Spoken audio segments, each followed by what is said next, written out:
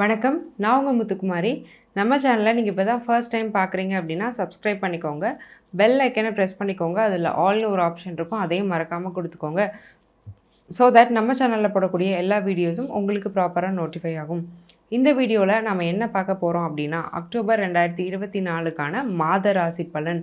வருட கிரகங்களான குரு, சனி, ராகு, கேது எல்லாரும் அதே இடத்துல தான் இருக்கிறாங்க. மாதக்கோள்களான சூரியன், புதன், சுக்கிரன், செவ்வாய், சந்திரன் எல்லாருமே மாறுதல் அடைஞ்சிருக்காங்க. ஸோ இந்த மாற்றம் அப்படிங்கிறது ஒவ்வொரு ராசிக்கும் என்ன மாதிரியான வாழ்வியல் மாற்றம், உளவியல் மாற்றம், மன ரீதியான மாற்றம், பொருளாதார ரீதியான மாற்றம் அப்படிங்கிறத கொடுக்குது அப்படிங்கிறத நம்ம டீட்டெயிலாக பார்க்க போகிறோம்.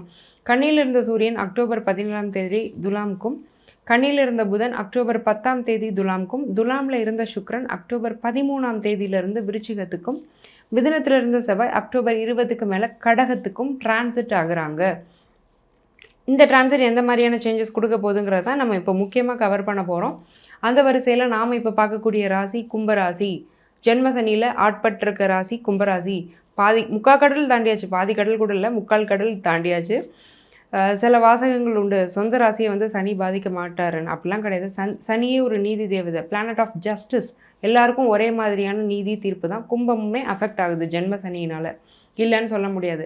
ஏன்னா சனி ராசியில் போகிறது தலையில் பெரிய பாறாங்களை வச்சுட்டு உட்காந்துட்ருக்க மாதிரி தான். வெளியில் சொல்ல முடியாத பிரச்சனை இருக்கும். வெளியில் பார்த்தா நல்லா தானே இருக்கான் அப்படின்னு தான் நினைப்போம்.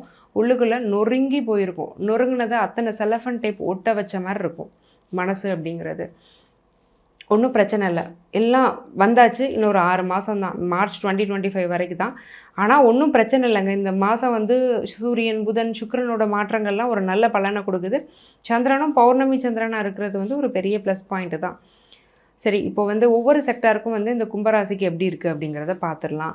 6ஆம் அதிபதியான சந்திரன் அக்டோபர் 17ஆம் தேதியிலேருந்து பௌர்ணமி அமைப்பில் வராரு. அப்போது முதல் 2 வாரம் பிஸ்னஸ் கொஞ்சம் டல் அடிக்கும். கடைசி 2 வாரத்தில் பிக்கப் ஆயிரும். அப்போ அதை நினச்சி ரொம்ப கஷ்டப்பட வேண்டாம், இது பண்ண வேண்டாம். அதிகமான இன்வெஸ்ட்மெண்ட்டை முதல் 2 வாரத்தில் போடாதீங்க. ஃபார் எக்ஸாம்பிள் நீங்கள் ட்ரேடிங் அதெல்லாமே செல்ஃப் எம்ப்ளாய்மெண்ட் பிஸ்னஸ்க்குள்ளே தான் வரும். ட்ரேடிங்கு அதிலலாம் இருக்கிறீங்கன்னா கூட முதல் 2 வாரம் மினிமல் ட்ரேடிங் பண்ணிக்கோங்க. குறைஞ்ச பணத்தை இன்வெஸ்ட் பண்ணி ட்ரேடிங் பண்ணிக்கோங்க. கடைசி 2 வாரம் நல்லா ட்ரேட் பண்ணுங்கள், நல்ல லாபம் கிடைக்கும். சரிங்க, நாங்கள் பிஸ்னஸ்லலாம் இல்லை, செல்ஃப் எம்ப்ளாய்டும் இல்லை, நாங்கள் வந்து வேலை தான் பண்ணிட்டோம், எங்களுடைய ஒர்க் அப்படிங்கிறது எப்படி இருக்கும் அப்படின்னு நீங்கள் கேட்குறீங்க அப்படின்னா 10ஆம் அதிபதியான செவ்வாய் அக்டோபர் 20க்கு மேலே தான் நீசமாகிறார். அப்போ அது வரைக்கும் எந்த பிரச்சனையும் இல்லை. அக்டோபர் 20க்கு மேலே ஒர்க் பிளேஸில் ஒரு பிரச்சனை ட்ரிகர் ஆக தான் செய்யும், ஆனால் மேனேஜபிள். என்ன ரீசன் அப்படின்னா வீடு கொடுத்த சந்திரன் பௌர்ணமி அமைப்பில் முக்கால்வாசி நாள் இருக்கிறாரு. போக அந்த செவ்வாயோடே வந்து உட்காருவார். ஆட்சி ஆகும்போதெல்லாம் எந்த பிரச்சனையும் இல்லை. அதோ ரொம்ப ரேண்டமாக நடுவில் 2-3 நாட்கள் தான் பெரிய சிக்கல்லாம் வரும். கன்சிஸ்டண்ட்டாக டெய்லி சிக்கல் இருந்துக்கிட்டே இருக்காது. ஒரு நாள் பிரச்சனையில் மாட்டுவேன், ஒரு 2 நாளில் நான் ரிலீஸ் ஆயிடுவேன். அடுத்து 4 நாள் கழித்து ஒரு ப்ராப்ளம் வரும், டேக்கிள் பண்ணுவேன். இந்த மாதிரி தான் போகும் கடைசி ஒரு வீக்கும். அப்போது ஃபார் எக்ஸாம்பிள் ஒரு வீக்கில் 7 நாள்னால் அக்டோபரில் கடைசி ஒரு 10 நாள் நீங்கள் எடுத்துக்கோங்களேன். அந்த 10 நாளில் ஒரு 2-3 நாள் வேலையில் ஒரு சிக்கலில் மாட்டுறதுக்கு வாய்ப்பு இருக்குது. இப்போவே தெரிஞ்சிருச்சு. அப்போ அக்டோபர் 20க்கு மேலே எதுலேயும் சிக்காமல் எந்த அளவுக்கு கான்ஷியஸாக இருக்க முடியுமோ இருந்துக்கிறது நீங்கள் நல்லது. கணவன் மனைவியோட உறவு எப்படி இருக்கும் அப்படின்னு நீங்கள் கேட்டிங்கன்னா 7ஆம் அதிபதியான சூரியன் 9 பாக்கியஸ்தானத்தில் இருக்காங்க. அப்போ கணவனால் லாபம், மனைவியால் லாபம். உங்களுடைய அந்யோன்யம் அப்படிங்கிறத அதிகரிக்க போது உங்களுடைய பார்ட்னர், அதாவது உங்கள் கணவனோ மனைவியோ, அவங்க மூலமாக நிறைய புண்ணிய ஸ்தலத்துக்கு நீங்கள் போயிட்டு வரக்கூடிய ஒரு சான்ஸ் அப்படின்னு கிடைக்கும். ஏன்னா 9ஆம் இடம் ஸ்ட்ராங்காக இருக்கும்போது ஹஸ்பண்ட் அண்ட் ஒய்ஃப் 2 பேரும் சேர்ந்து ஏதாவது ஒரு கோயில் குளம் ட்ரிப்புன்னு ஒரு ஸ்பிரிச்சுவல் ட்ரிப் கண்டிப்பாக போவீங்க. அவங்களுடைய ஹெல்த்தும் இம்ப்ரூவ் ஆகும். உங்களுடைய கணவனோ மனைவியோ அவங்களோட ஹெல்த்துமே நல்லாவே இம்ப்ரூவ் ஆகும். மன ரீதியாக நல்லா சந்தோஷமாக இருப்பீங்க. குடும்பம் நல்லா தான் இருக்க போகுது. 2ல் ராகுவே இருந்தாலும் 7ஆம் அதிபதி 9ல் இருக்கும்போது நல்லாயிருக்கும். அதே மாதிரி 9ஆம் இடத்துல 2 கிரகங்கள் இருக்கும்போது அப்பா வழி சொந்தங்களுமே ரொம்பவே நல்லா இருப்பாங்க. அதில் எந்த பிரச்சனையுமே இல்லை. நாங்கள் அலைன்ஸ் தேடிட்டு இருக்கோம், எங்களுக்கு அமையுமானா அப்பா வழி சொந்தத்தில் பெண்ணோ மாப்பிள்ளையோ அமைகிறதுக்கான வாய்ப்பு இருக்குது. நீண்ட நாள் காதலர்களாக இருந்தீங்கன்னா கூட காதல் வெற்றி பெற, நீண்ட நாள் காதலர்களாக இருக்கணும். என்ன ரீசன் அப்படின்னா 9 அப்படிங்கிறது லாங் டேர்ம் ரிலேஷன்ஷிப்பை குறிக்கும். 5ங்கிறது ரிலேஷன்ஷிப்னாலே 5 ரொம்ப வருஷமாக தெரியும். ஸ்கூலில் காலேஜில் இப்பெல்லாம் போகிறது லாங் டேர்ம் ரிலேஷன்ஷிப். அந்த மாதிரியான ரிலேஷன்ஷிப்லலாம் இருக்கிறீங்கன்னா அது மேரேஜில் முடிகிறதுக்கான வாய்ப்பு இருக்குது. சைல்டு பர்த் எப்படி இருக்குது அப்படின்னு கேட்டிங்கன்னா 5ஆம் அதிபதி புதன் நல்லா இருக்கிறாரு. சைல்டு பர்த்தில் எந்த பிரச்சனையும் இல்லை. குழந்தை கன்சீவ் ஆவீங்க. புதுசாக கல்யாணம் ஆகிருந்தாலும் கன்சீவ் ஆகிறதுக்கான பிராப்தம் இருக்குது. ரொம்ப நாளாக ட்ரீட்மெண்ட்டில் இருக்கீங்கனாலும் இந்த மாதம் குழந்தைக்கு வாய்ப்பு இருக்குது. பிறந்த குழந்தை இருந்ததுனாலும் நல்லா படிக்கும், சுட்டிப்பாக இருக்கும், அதை பார்த்து சந்தோஷமாக இருக்கும். வளர்த்த குழந்தையாக இருந்தாலும் அதுக்கு கல்யாணம், வேலைவாய்ப்பு அப்படிங்கிறதுலாம் நல்லாயிருக்கும். அப்போ குழந்தைன்னு வந்துட்டாலே அந்த செக்டாரில் நீங்கள் சந்தோஷமாக தான் இருக்க போகிறீங்க. அதை பற்றி ஒன்றும் பிரச்சனை கிடையாது. சனியுடைய பார்வை 3ஆம் இடத்துக்கு விழுறதுனால எடுக்கக்கூடிய முயற்சிகள் அப்படிங்கிறது இழுபறியாகும்.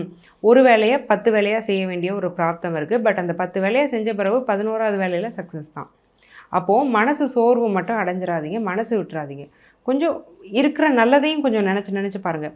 கும்பத்தில் என்ன பிரச்சனைனா, ஜென்மசனி இருக்கும்போது எது கெட்டதோ அதில் மட்டும் ஃபோக்கஸ் பண்ணுறப்போம். பட் நம்மளை சுற்றி நிறைய நல்லதும் நடக்கும். அந்த நல்லதில் கிடைக்கக்கூடிய உத்வேகத்தை எடுத்துகிட்டு இந்த நெகட்டிவை நோக்கி ஓடுங்க. அந்த நெகட்டிவையும் நீங்கள் வேனிஷ் பண்ணிடலாம், ஒன்றும் பிரச்சனை இல்லை. ஓகேங்க, நாங்கள் ப்ராப்பர்ட்டிலாம் வாங்கலாமா, எங்களுக்கு ப்ராப்பர்ட்டி லக்லாம் எப்படி இருக்குது அப்படின்னு நீங்கள் கேட்டிங்கன்னா, 4ஆம் இடத்துல குரு, சுக்கிரனுடைய பார்வையும் 4ஆம் இடத்துக்கு விழுது. ஒரு 1 மந்த் ஆர் 2 மந்த்ஸ்க்கு நீங்கள் தள்ளி வைக்கிறது நல்லது.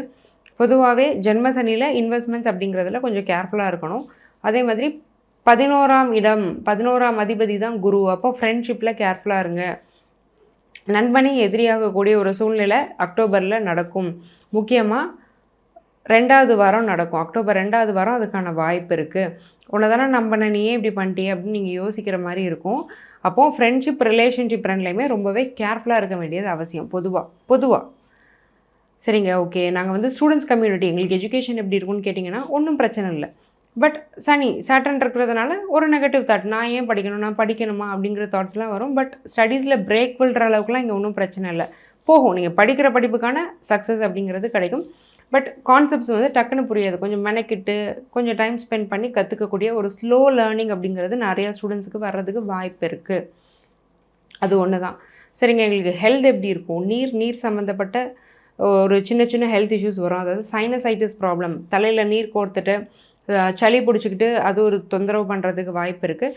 யூரினரி ட்ராக்ட் இன்ஃபெக்ஷனுக்கு பாசிபிலிட்டி இருக்குது. நல்ல தண்ணி குடித்து உடம்பை ஹைட்ரேட்டடாக வச்சுக்கோங்க. இந்த ஒரு விஷயம் அப்படிங்கிறது பல வகையான ஒரு பிரச்சனைகள்லேருந்து உங்களை காப்பாற்றும். வெளிநாட்டு யோகம் அப்படிங்கிறது வந்து உங்களுக்கு எப்படி இருக்குன்னு கேட்டிங்கன்னா, 8ஆம் அதிபதியான புதன் வந்து 9ல் தான் இருக்கிறாரு. 12ஆம் அதிபதியான சனி ராசியிலே இருக்கிறாரு. பெருசாக பிராப்தம் இல்லை, 1 or 2 கிடச்சதுன்னா ஜாதகத்தை பொறுத்து கிடைக்கிறதுக்கு தான் வாய்ப்பு இருக்குது. அப்போ கும்பத்தில் வெளிநாட்டுக்கு முயற்சி செய்கிறவங்க ஒரு ஜாதக கன்சல்டேஷனை வந்து நீங்கள் எடுத்துக்கிறது ரொம்ப நல்லது. ஓவராலாக பார்த்துக்கிட்டிங்கன்னா கும்பத்துக்கு இவ்வளோ நாள் நான் பார்த்ததில் இந்த மாதம் ரொம்பவே பாசிட்டிவ் தான். அதுக்கடுத்தும் ஒவ்வொரு மாதமும் ரொம்பவே பாசிட்டிவ் தான் வரப்போகுது. ஏன்னா ஜனவரிக்கு மேலெலாம் அந்த அஷ்டம சனியுடைய வீரியம் அப்படிங்கிறது குறைஞ்சிரும். தன்னுடைய சொந்த நட்சத்திரத்தெல்லாம் அவர் கிராஸ் பண்ணிவிடுவார். இவ்வளோ நேரம் நம்ம பார்த்துட்டு இருந்தது வெறும் ஜென்ரல் ப்ரெடிக்ஷன்ஸ் தாங்க. உங்கள் ஜாதகத்துக்கான பிரத்யேகமான பலன் என்னன்னு தெரியணும்னா கீழே கொடுத்துருக்க என்னுடைய நம்பருக்கு காண்டாக்ட் பண்ணி என்னுடைய அப்பாயின்மெண்ட்டை புக் பண்ணிக்கோங்க. நான் உங்களுக்கு எல்லா பிரச்சனைகளுக்கும் டீட்டெயில்டான சொல்யூஷன்ஸ் கொடுக்கறதுக்கு தயாராக இருக்கிறேன். நான் சஜஸ்ட் பண்ணுற ரெமெடிஸ் எல்லாமே ரொம்ப சிம்பிளான லைஃப் ஸ்டைல் ரெமெடிஸ் தான். அதாவது வாழ்வியல் பரிகாரங்கள்.